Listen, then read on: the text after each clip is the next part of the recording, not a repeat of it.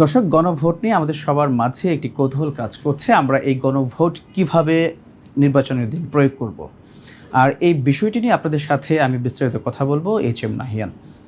তো দর্শক, গণভোট হচ্ছে এমন একটি ভোট যেমন অন্যান্য নির্বাচনের প্রার্থী থাকে, কিন্তু গণভোটে কোনো প্রার্থী থাকে না। এখানে হা অথবা না ভোটের মাধ্যমে আপনাকে সরকারের কিছু প্রস্তাবের পক্ষে অথবা বিপক্ষে সেই ভোটাধিকারটি প্রয়োগ করতে হবে।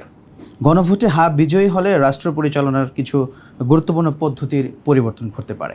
তো বিষয়টি আপনাদের কাছে একটু পরিষ্কার করে দেব। গণভোট আপনি কেন দিবেন সে বিষয়টি আজকে আপনাদের সাথে আমি একটু জানানোর চেষ্টা করছি। আমরা যদি গণভোটের যে সরকারি যে ওয়েবসাইট আছে সেখানে বলা রয়েছে স্পষ্ট করে যে এখানে একেবারেই বলা আছে যে নির্বাচনকালীন তত্ত্বাবধায়ক সরকার, নির্বাচন কমিশন এবং অন্যান্য সাংবিধানিক প্রতিষ্ঠান জুলাই সনদে বর্ণিত প্রক্রিয়ার আলোকে গঠন করা হইবে।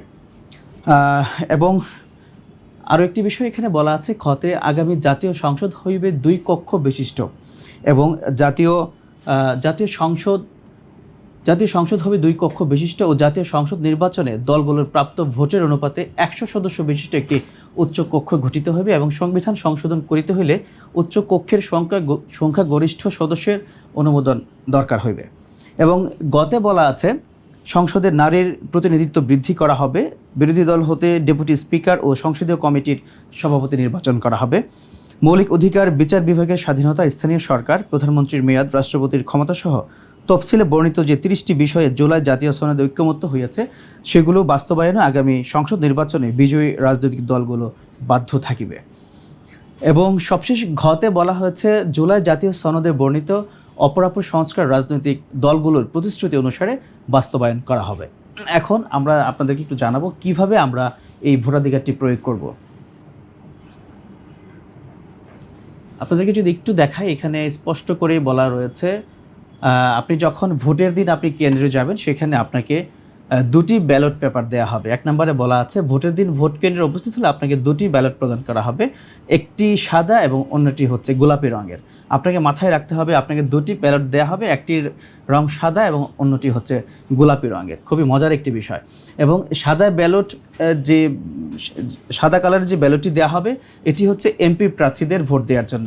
অবশ্যই আপনাকে মাথায় রাখতে হবে সাদা কালারের যে ব্যালটটি সেটি হচ্ছে আপনি অবশ্যই আপনার এলাকার যিনি সংসদ সদস্য প্রার্থী ওনাকে ভোট দেওয়ার জন্য। আর গোলাপি রঙের যে ব্যালটটি আপনাকে দেওয়া হবে এটি হচ্ছে গণভোট। এখানে আপনি গণভোট দিবেন, হা অথবা নাতে আপনি ভোট দিবেন। এরপরে বলা রয়েছে যে 2টি ব্যালটে আলাদা সিল মেরে একই বক্সে আপনাকে ফেলতে হবে।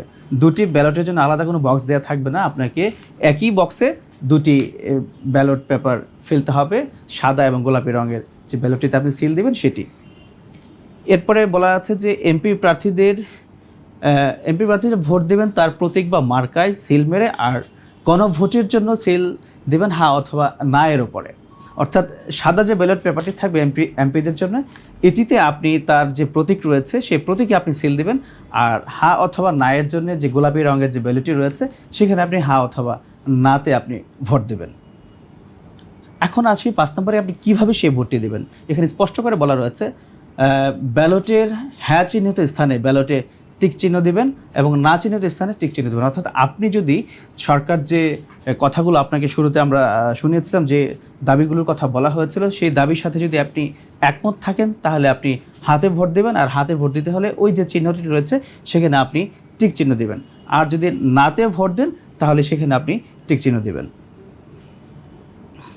আমি আপনাদেরকে বিষয়টি দেখিয়ে দিচ্ছি, এখানে একদম স্পষ্ট করে দেওয়া রয়েছে। আপনি যদি হা ভোট দেন তাহলে এইভাবে একটি টিক চিহ্ন দেবেন, আর নাতে হলে সেখানে টিক চিহ্ন দিয়ে আপনি ব্যালট পেপারটি বক্সে ফেলে দেবেন।